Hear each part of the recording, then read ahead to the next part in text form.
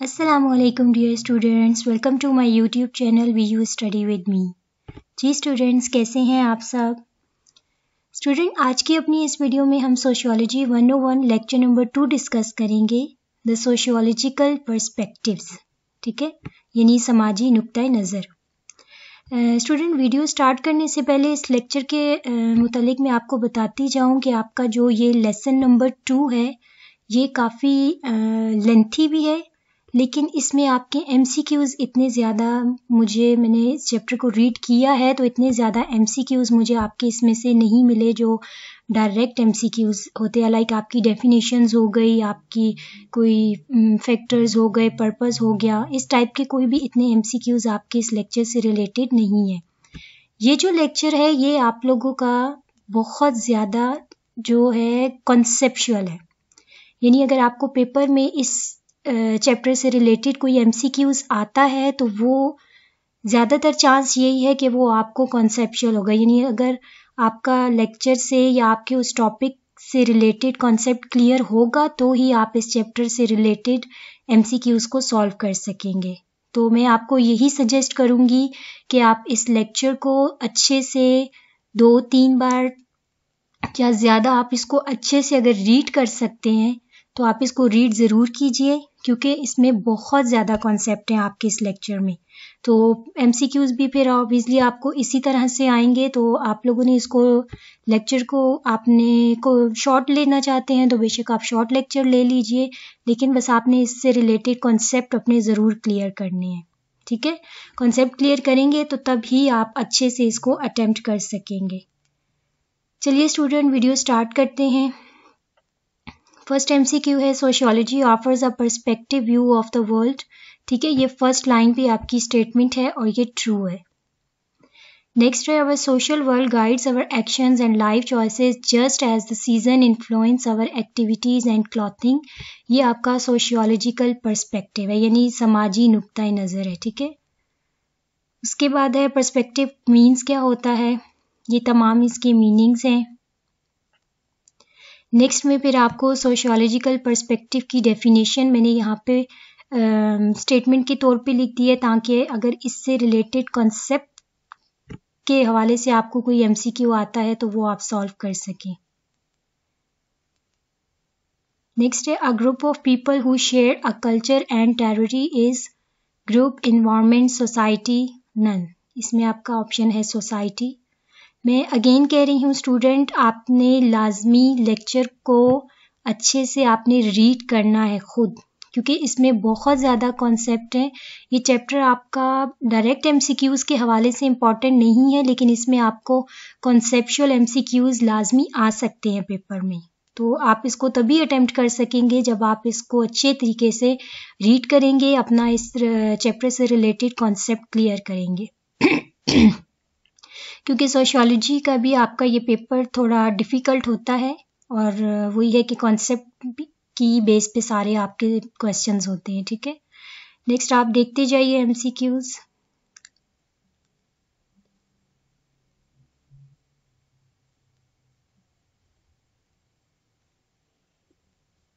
ये 9 वाला जो है ये भी आपने अच्छे से याद रखना है। Peter Berger describe the sociological perspectives as seeing the general in the particular. ठीक है,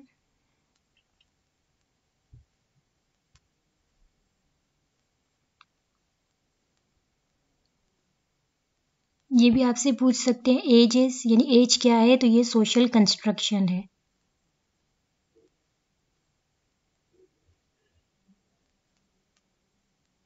इसमें मैंने ज़्यादातर आपके जो MCQs हैं वो स्टेटमेंट के तौर पे दिए हैं, ताकि आप उनको अच्छे से स्टेटमेंट को याद कर लें। इससे रिलेटेड जो भी MCQ आए तो आप उसको अच्छे से सॉल्व कर लें।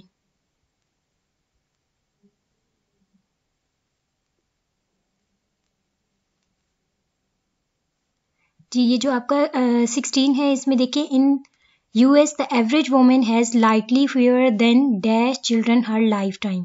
अब यहाँ पे तो इसका ऑप्शन 2 है। ठीक है, तो आपने नेक्स्ट जो मैंने MCQ दिया है यहाँ पे मैंने डायरेक्ट फुल स्टेटमेंट में लिख दिए हैं, बजाय इसके कि मैं अलग अलग इनके ऊपर MCQ बनाती, मैंने डायरेक्ट स्टेटमेंट लिख दिया है। बस आपको याद रखना है कि पाकिस्तान के जो है वो कितनी है, 4 हैं, इंडिया के 3 हैं, साउथ अफ्रीका में 4 हैं, सऊदी अरेबिया में 6 हैं और नाइजर में 7 है।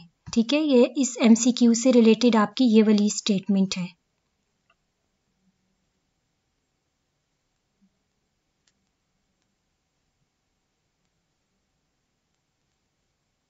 ये वाला आपका इम्पॉर्टेंट MCQ है, ये पास्ट क्विज में भी आपका रिपीट हुआ है, इसको आपने अच्छे से देख लेना है।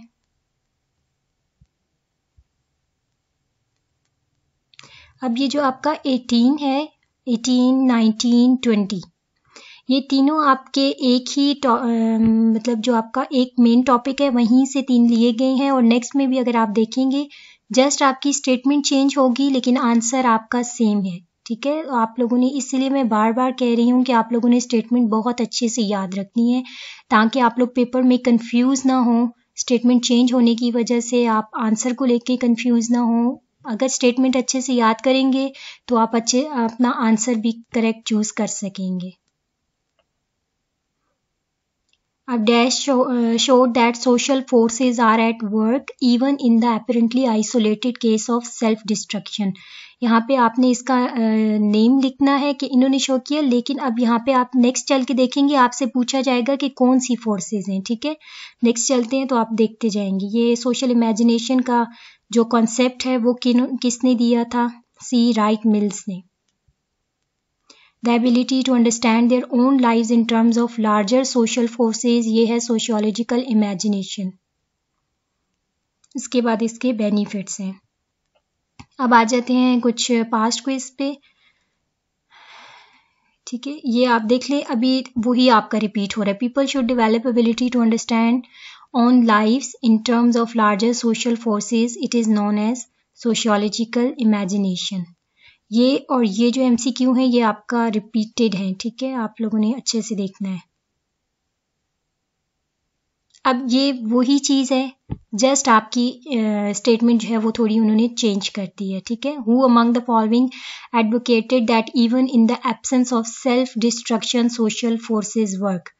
आंसर आपका सेम वही है कि इमाइल दुर्खिम, इन्होंने ये कॉन्सेप्ट दिया था। ठीक है, Which type of forces work even in the isolated situation of self-destruction? Again वही स्टेटमेंट चेंज है। और ये देखिए, अब यहाँ पे स्टेटमेंट में हम अगर प्रीवियस स्टेटमेंट आप देखें तो यहाँ पे था सोशल फोर्सेस वर्क इवन, अब यहाँ पे सोशल हटा दिया, जस्ट आपसे पूछा गया कि कौन सी फोर्स है, तो आप इसके ऑप्शन, ये आपका करेक्ट ऑप्शन है, ये सोशल फोर्स है। ठीक है, ये आपकी होगी सोशल फोर्स। अगेन वही चीज़ कि अब C. राइट मिल्स ने आपको कौन सा आइडिया दिया था? सोशल इमेजिनेशन का। ये बस इस तरह से आपकी स्टेटमेंट चेंज होती रहेगी लेकिन आपका आंसर वही है, और आप इसको अच्छे से वही है कि तभी करेंगे जब आप इसको कंसेप्ट क्लियर करेंगे। मैंने बार बार आपसे कह रही हूँ कि आपने बहुत अच्छे से इसकी तैयारी करनी है। ठीक है, उम्मीद करती हूँ कि वीडियो आपको पसंद आई होगी। प्लीज़ मेरे चैनल को सब्सक्राइब कर दीजिए और वीडियो को लाइक भी कर दीजिए। मिलते हैं नेक्स्ट वीडियो में। अल्लाह हाफिज़।